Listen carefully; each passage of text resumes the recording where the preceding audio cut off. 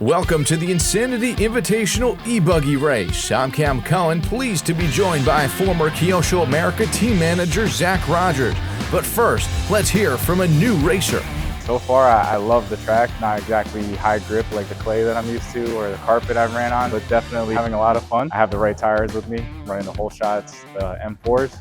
Super soft. Q1 was basically my practice. I thought I would have had more grip than I thought, and I didn't. So in the first qual, I kept slipping around, sliding around the track.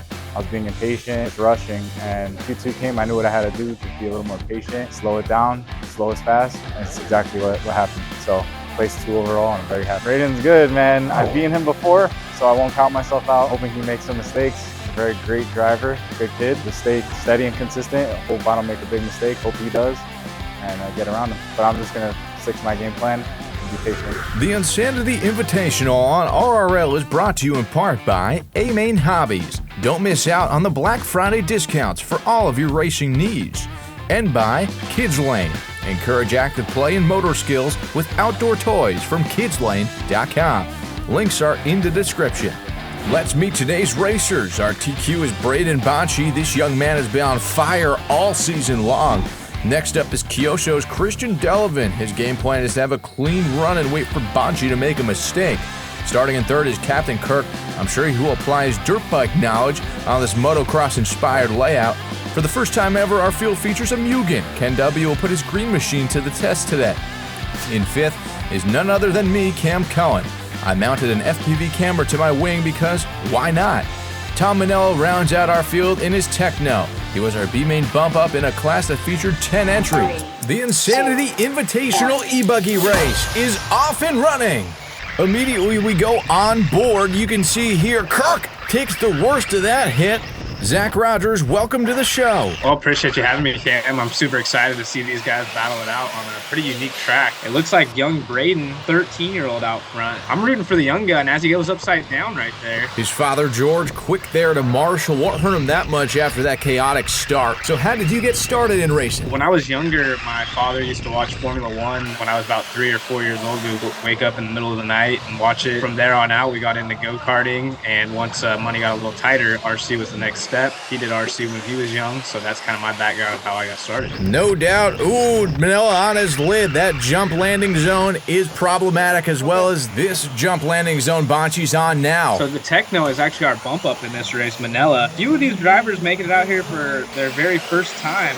I believe half the field, if not more. Dullivan, great showing. He's actually our top driver first time here, putting in a battle with Braden here. Fastest lap of the race so far belongs to the black-bodied, yellow-wheeled buggy of Manella with a 13.8. Ooh, and Dullivan got a little tangled there with Ken. That'll help Banci in first. Speaking of kids, we have flashback footage of a young Zack Rogers at Racers Haven in Bakersfield, California. Oh boy.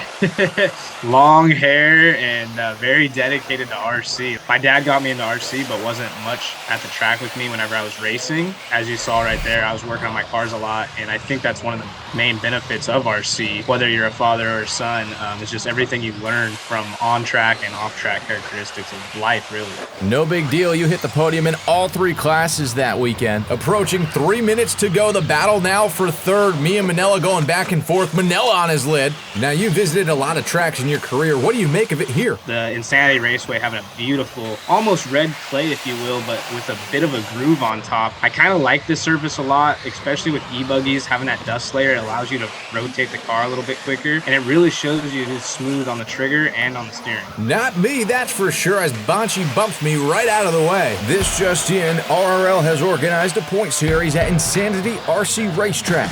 Keep it locked here for the championship videos coming in winter 2024. So you're kicking butt racing RC in California, then this team manager role ends up popping up. Can you describe that experience as we see Ken absolutely eat it? I wanted to be a pro driver. I was like how I would describe a very good college player that made it to the big leagues and never was really a household name from there. And fortunate enough, Kyosho was my team of choice that I ran for many years, and they offered me a position whenever Joe Pillars went to a different team, and they offered me a position at team manager, working side by side with a lot of people's favorite driver, Jared Tebow, and it was just an awesome experience getting to travel around doing what you love. I've always been just into helping people, and the team team manager role suited me better because I was able to offer help and assistance with other drivers and not just focus on my career so much. Over the tabletop, and whoa, our race leader! An acrobatic save! That's a Sports Center Top 10 play nominee, folks! He tumbles, he grabs a little bit of throttle as the front tires get some grip and they flip him over. So you'll see pros do that. Sometimes you just get lucky with, but it also comes down to technique. So great work out of Braden, our TQ, leading the way in the Kyosho. Zach, you stepped away from the RC racing scene after the managing deal, but then our mutual friend Matt Olson reached out to you to be a commentator at the IFMAR Worlds. What's one word that you can describe to sum up that experience? Fun.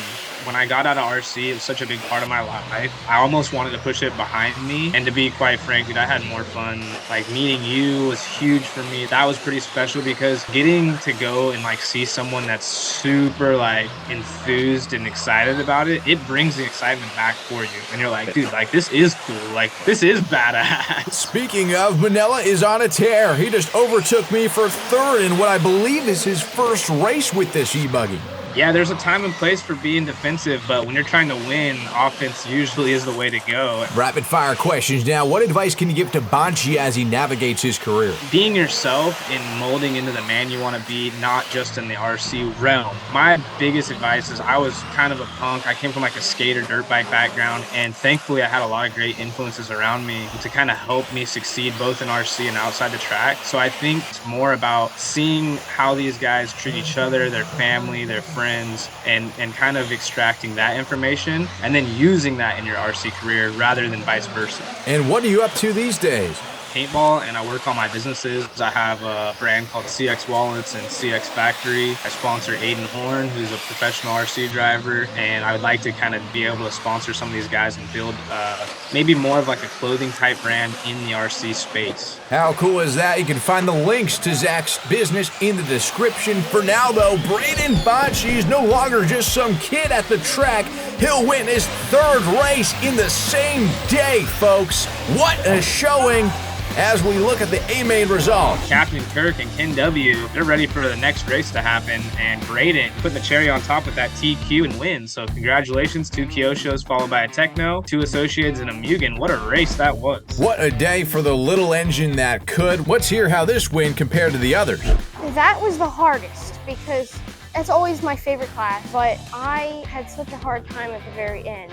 Because Dullivan, he started to really catch up, so I had to pick up the pace. This jump was so incredibly hard that I had to go slow on it because it might look very easy, but when you try to hit it sideways to take the optimal line, it works with all my other cars, but for some reason my E-Buggy was just kind of rough. I'd have to square up and hit it perfectly straight instead of taking the right line. First 2 laps, I nosed over and I was upside down. I'm surprised people didn't catch me on it. By the end of the race, they did. Dully came back and gave me some trouble.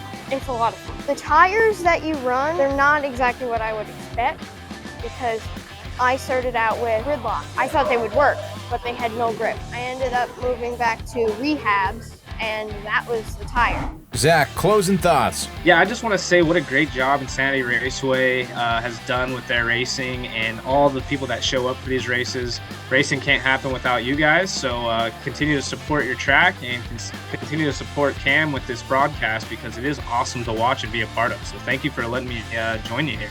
My pleasure, Zach, and until next time, thanks for watching.